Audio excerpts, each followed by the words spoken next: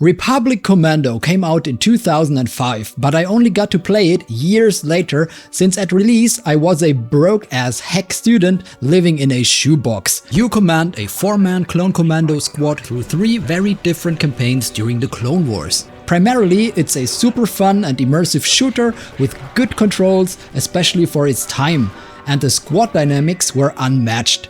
You walk up to a sealed door, press one key, and your squad handles it. One man sets the charge, the rest gets in position, door blows open, grenade goes in, room gets cleared. Same for setting up a sniper or manning a turret. No radial menu required. 21 years later, people still bring that up first, for good reason. The squad gameplay is still better than most shooters managed today. And there's the infamous visor blood wiper, everyone mentions that. The game even changes its tempo and vibe twice without breaking a sweat. Geonosis is open warfare on an industrial scale. Seething sun, dust and battle droids. The Prosecutor is a derelict ship in the dark where you suddenly feel hunted. Kashyyyk is a guerrilla campaign in a dense jungle, fought alongside the Wookiees defending their homeworld. Now that is where most people stop, and I can't blame anyone for that, because the gameplay is just that good. This means though that everybody remembers how awesome Republic Commando plays,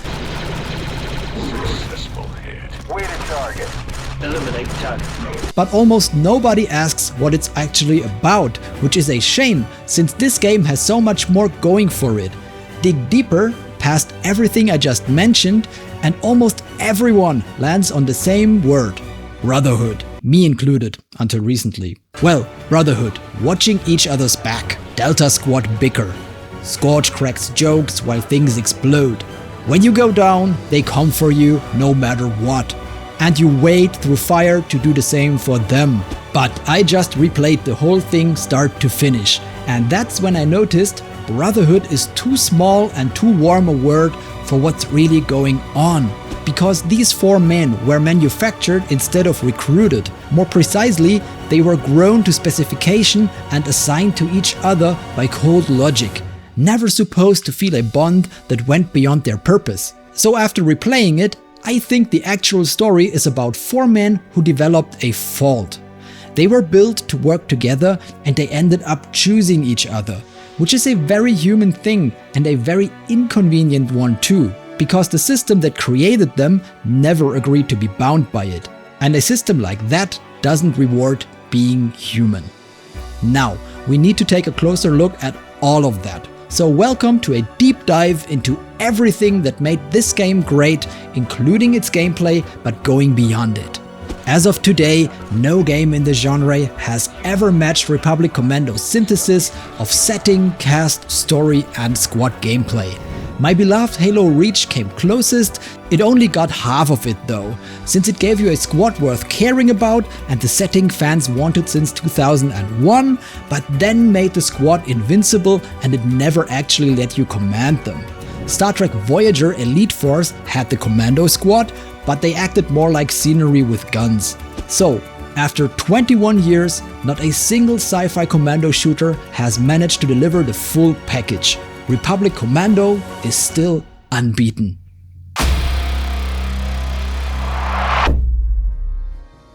The game opens on Kamino, where the commandos are grown. We are RC-1138, which is a George Lucas joke by the way. THX 1138 was his first feature film.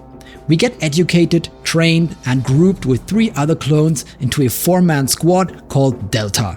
Our mates are 62, 40 and 07. The names they use for each other, Scorch, Fixer and Sev, they picked themselves during training. Well, 3 of them did. Fixer hates nicknames and keeps calling everyone by their designation for the entire game. Then we get shipped to Geonosis for the opening battle of the Clone Wars, with a job on our hands. Find San Fak, Chief Lieutenant of the Geonosian Archduke, and kill him. You are each a piece of a whole person, and the Republic will call you to defend and give your lives if need be. For the drop, the squad gets split up for tutorial and story reasons. On the way down we meet the Advisor. He's the voice that gives Delta Squad its objectives, calling in over the helmet comlink and by hologram. He's not a Jedi or a Republic officer, but a clone too. Designation 01425, working for the Special Operations Brigade. So the chain of command that hands Delta Squad their orders is itself made of the same product. Keep that in mind as well. We land alone in the middle of a war that's in full swing.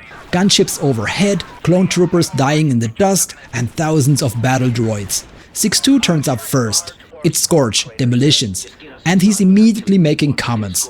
Then 40, Fixer, who talks a lot less and calls everyone by their number. Then 07, Sev, the Sniper, who enjoys the work a little more than you'd want him to. Remember that order, the game is going to use it again at the very end. The squad is back together, and now the game lets us play properly. We're breaching doors all over the place, fighting through hordes of droids and Geonosian warriors. The terrain keeps handing us sniping positions, which is how you block off an approach or keep something from coming up behind you. Our main and only weapon is the DC-17M rifle. Over the course of the game we collect attachments that are swappable on the fly. From standard blaster to sniper to anti-armor. We're reconfiguring mid-fight while the squad holds the room or denies areas. If you go down, you don't just die instantly. You're lying on the floor, bleeding out, and one of the squad has to fight his way over and pick you up. We can either let the team decide when the time is right, or force one of them to come over and revive us. If someone else goes down at the far end of the room, you can do the job yourself by crossing the floor to save him and get him back into the fight.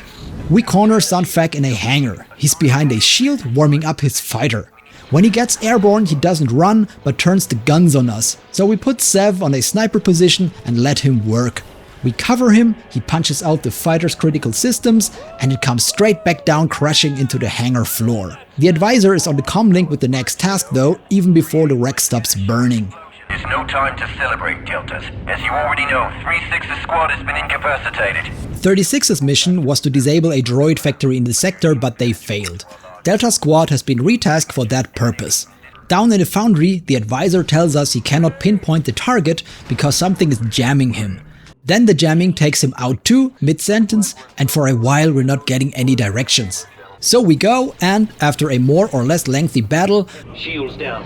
Let's blow that jamming device. Blow up the jammer to re-establish communications.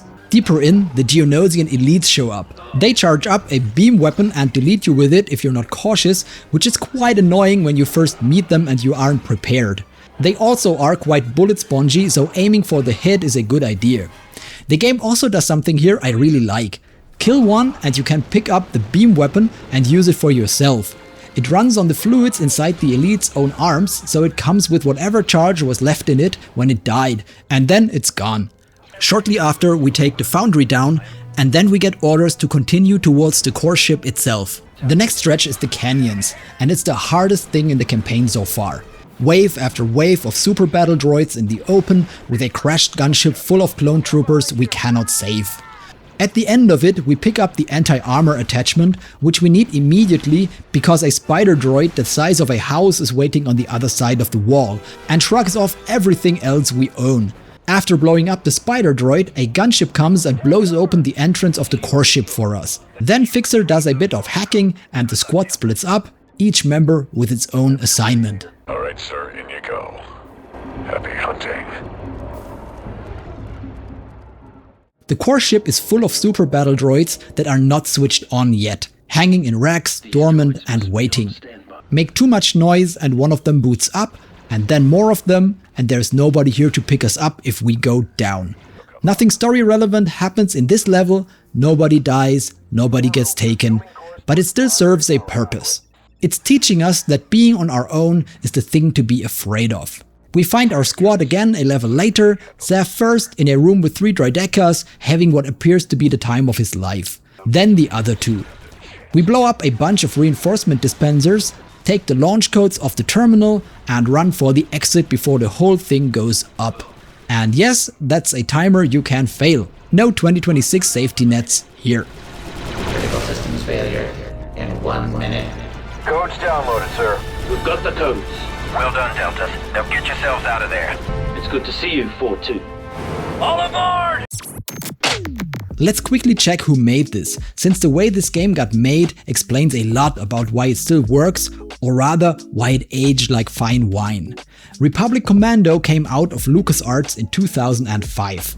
It was directed by Tim Longo, and the idea came from a longtime designer there called Darren Stinnett, who had gotten bored of clean, shiny Star Wars games about a lone hero with a lightsaber and wanted something darker, possibly a squad of soldiers. He had been watching the rise of the military shooter closely, Ghost Recon above all, and that later became the actual DNA of Republic Commando, a tactical military shooter that happens to be wearing Star Wars robes. Remember the name Tim Longo, by the way? He comes back at the end of this video. Anyways, back to the Spec Ops influence. The animation team took things quite seriously and brought in a special operations instructor called Joe Bacciocco, a veteran with over 30 years of experience, and put themselves through his training. Weapon safety, how to grip a rifle, how to draw a pistol, how to move in confined space with a long gun. Then he took 4 of them and ran door breaching drills.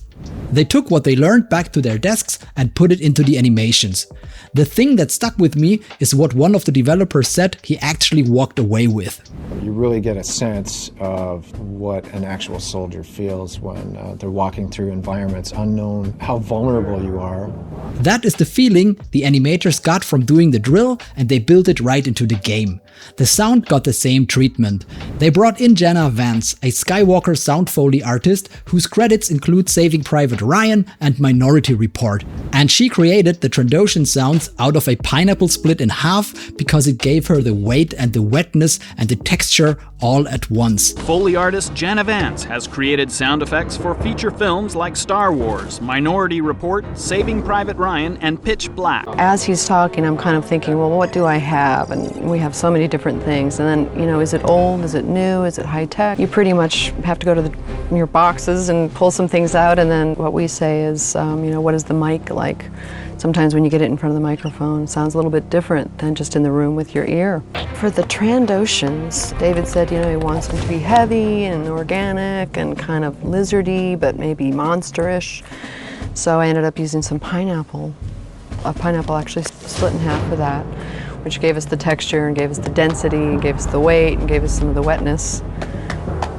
And then the little baby insect little monsters, we used some cabbage with some oyster shells actually to kind of give it this crackly, organic, kind of rubbery, insecty sound. And then there's Republic Commando's awesome score, which went far beyond being just a game's music. Composer Jesse Harlin wanted Mandalorian battle chants for a male choir, and there was no Mandalorian language, so he just made one. Something that sounded ancient, but was actually singable. That is where Vodean comes from, the choral piece you probably have had stuck in your head since 2005.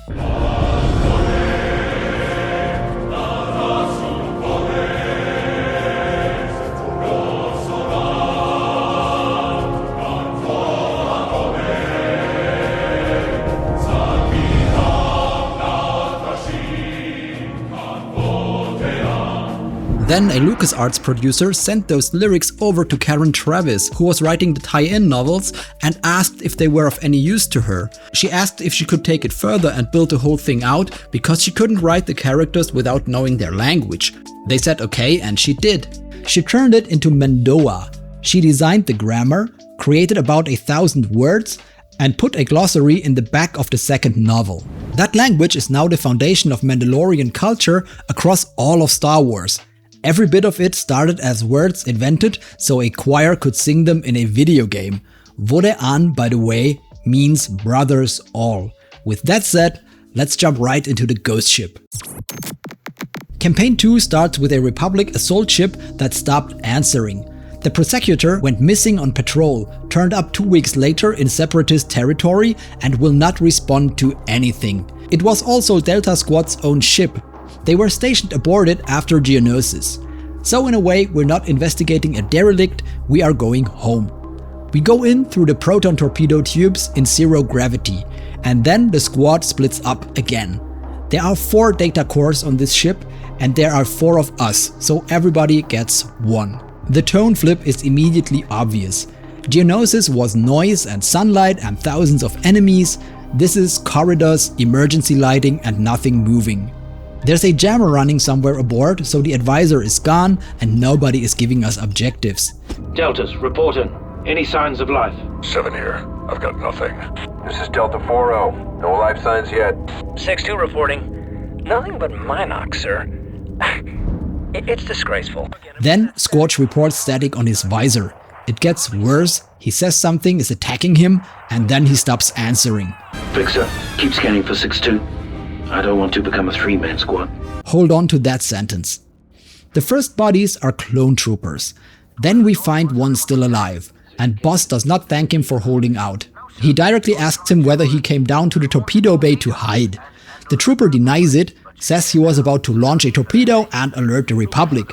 And that is as far as he gets, because a droid takes him while he's opening a hatch for us. What a waste of good genes. The thing that killed the clone is a scavenger droid, and these are the ones people still complain about 21 years later. I do too. Tiny, erratic, and they don't take much damage, which sounds generous until you try to land a single hit, because they fry you from afar with a lightning beam.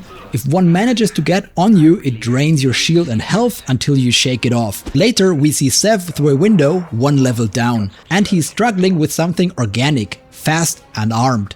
We cannot get to him in time to help, then his comm cuts out and he goes down.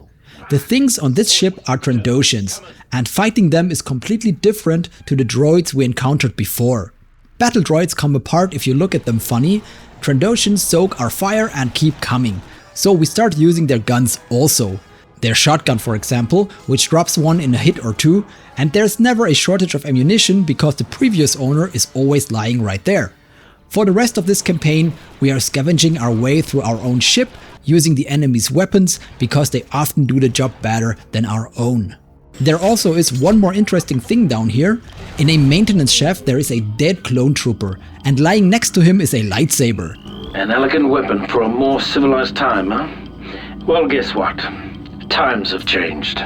There's no cutscene and no explanation ever. Also, there's no Jedi. Just a weapon and a dead clone next to it. And whatever happened in between is never addressed by this game or by anything since. Now we start searching for our squad to get them back. Fixer first, on the other side of a door that's jammed, it only opens after he hacks it. Then Sev, who needs picking up off the floor before he is of any use to anyone. And each time the squad gets bigger, the ship gets less frightening and the fights become easier, which is the game showing us its hand. The horror was never really the Trandoshans, it rather was being on our own without our squad. We find Scorch in a cell, and its number is 2187, which is the same number of the cell they put Leia in on the Death Star. We open it, we revive him, and the squad is 4 again. Think about what the game just did. It took our mates away from us, made us fight alone without any support, and then it built the route to get them back into the critical path of the mission. You go and you get them, and it works. That is the lesson this entire act exists to deliver. In Republic Commando, losing someone is something you fix. Or is it? Good one, sir. How was that? Get yourself some Bacta, Commando. I'm on it. Quick interlude here, since the squad's happy and whole for a second. I've already teased that Karen Travis wrote several Republic Commando novels, and they go deeper than the game ever does. They follow a different squad, Omega, but Delta shows up throughout, and the books got a lot further than the game ever does into what these men actually are. How they were trained, what the Mandalorian sergeants on Camino did to them, what happens to a clone commando when the war he was built for ends. They are also where an enormous amount of Mandalorian culture came from, well beyond the language.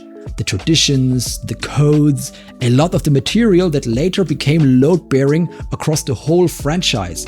And in 2012, when Disney bought Lucasfilm, all of it got reclassified as Legends, which means non-canon. The game, the novels, the whole thing. That being said, non-canon doesn't mean bad, and it doesn't mean meaningless. This game still made a generation of gamers care about 4 soldiers with numbers for names. But canon or non-canon decides another thing, and that's whether anybody is allowed to build on it. And in 2012 the answer became no. Hold that thought, it comes back. The rest of the campaign is the squad at full strength taking the ship back. and honestly it's a victory lap with a lot of fireworks and diverse battles. We hunt down the Trandoshan dropship and destroy it, then the Separatists turn up to claim the Prosecutor for themselves, and we hold 3 hangars against wave after wave of droid dispensers. Each hangar is like a new puzzle to solve, and it's great fun. 4 commandos, an entire assault ship and a fleet outside, and we win.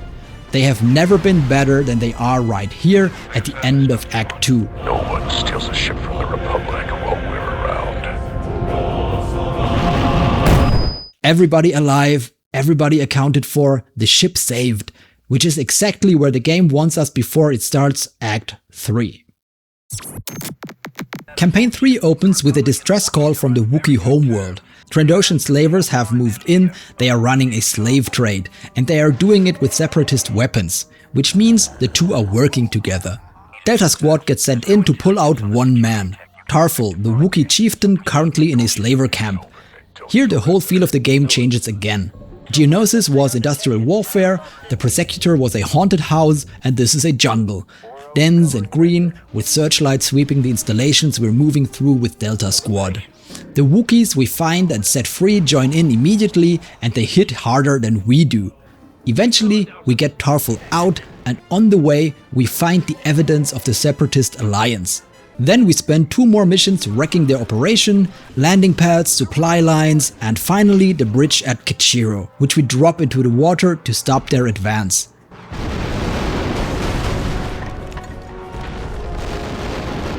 By now we're able to play the game blindfolded, and the squad is a machine.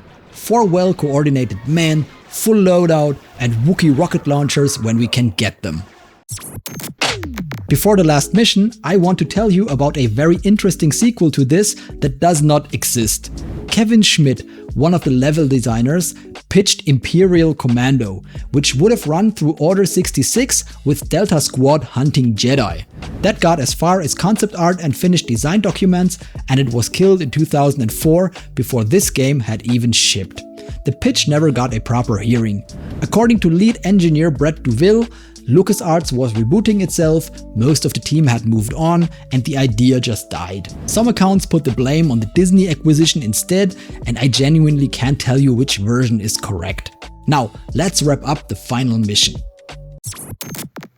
We are set now for the final strike.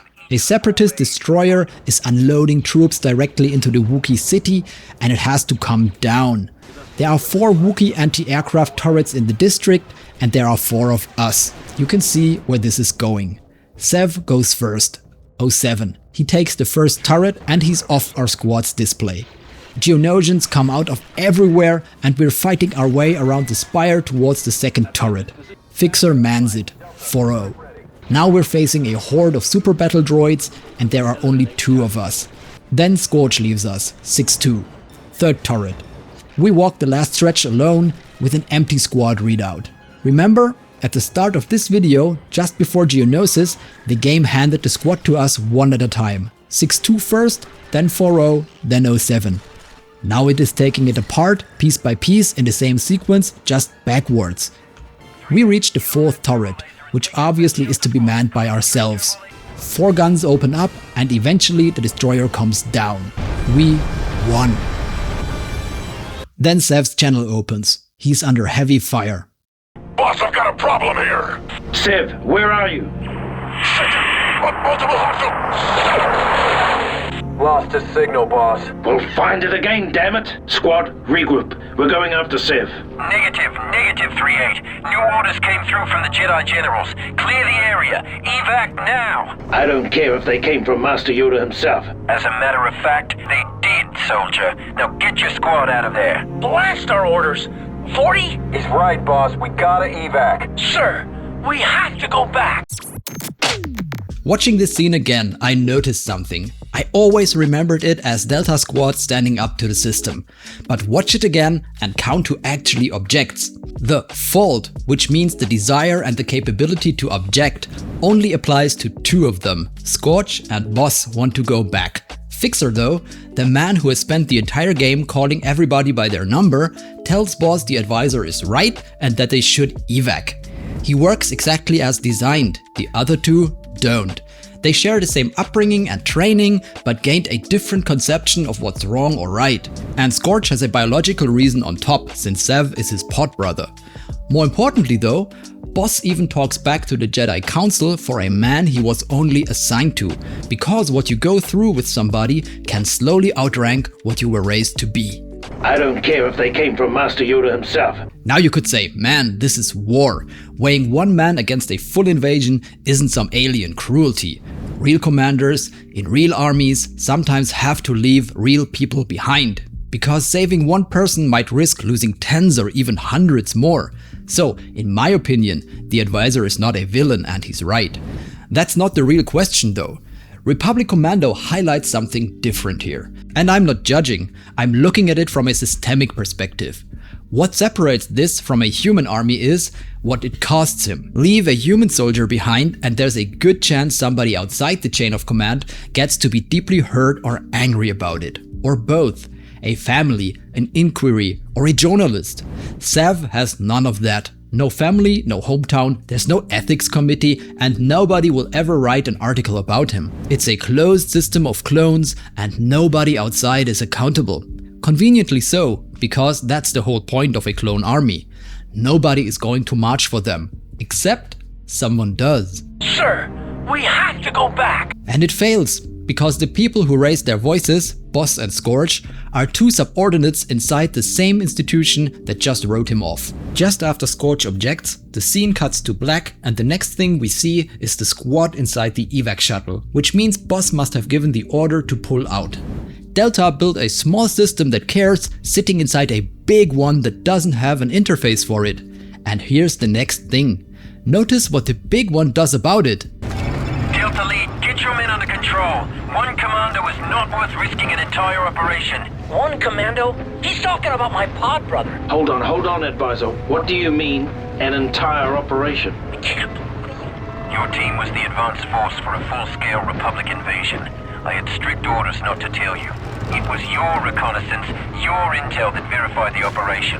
And now the invasion has begun. Republic assault ship on Vector 6. Boss, look! It's the invasion force! Taking the city was only the beginning. Nothing, because it doesn't have to. The smaller system falls back in line by itself. Boss receives new information, weighs one commando against a planet and takes the trade himself, because making that call is what he was built and conditioned for. It's why they made him boss. A word from him, and Delta Squad goes back to work. Sorry, Deltas. Looks like it's back to the action. You have your orders. Delta Squad, lock and load.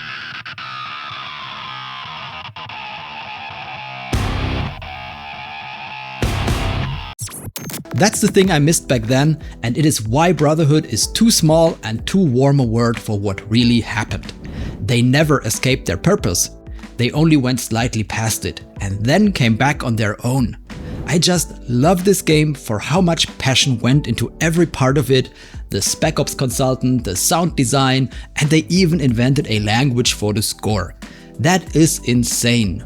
All of this dedication culminated in an outstanding, diverse shooter with, if you pay attention, more depth to its message than you would anticipate. And it still plays and looks pretty good for its age, especially with the Remaster Mod. But that was it, right? It's not canon, which means there can't be another Republic Commando ever. Not quite. The game isn't canon, but Delta Squad is. All 4 of them turn up in Season 3 of the Clone Wars, delivering 2 dead Jedi back to the Council. Scorch comes back again in the Bad Batch, training stormtroopers for the Empire. And on top of everything, Kashyyyk isn't canon, which means officially Zev was never left behind. And that's the big chance. The characters are canon, the story isn't, so somebody could retell this whole thing without contradicting anything. Imagine those 3 campaigns with today's budgets, and more than that, imagine the squad written with the room they never got. Fixer and his by-the-books attitude, whatever is wrong with Zev, and a boss who is visibly torn about the calls he has to make, instead of one who makes them off-screen. Spec Ops The Line did that in a desert city. No reason it couldn't be done here, between Geonosis and the liberation of Kashyyyk. One more thing I left out earlier, because it would have spoiled the ending. There was a second sequel pitch. Tim Longo, who directed this game, wanted to make Rebel Commando. Seth survives, gets rescued, and becomes the first soldier of the rebellion. It never got a hearing either. He then went on to 343 Industries and put the squad commands into Halo 5. As a whole, it never reached Republic Commando's quality though. So the man who built it couldn't rebuild it for reasons unknown. Nobody else has either. Republic Commando is still unbeaten. So should you play it? Obviously yes. It's on Steam and GOG for a pile of change, and finishing the campaign takes somewhere around 9 hours. The 21-year-old Unreal 2 engine does not like modern hardware though, so get the community patch called the Republic Commando fix. It makes the game not crash on startup and run in 4K, which is nice to have, I guess. Links are in the description. Here's another still unbeaten game you're possibly not aware of. It's arguably the best 2D mecha game ever made, and if you're only slightly into that, it's a must play. Thanks for stopping by, and see you there in a second.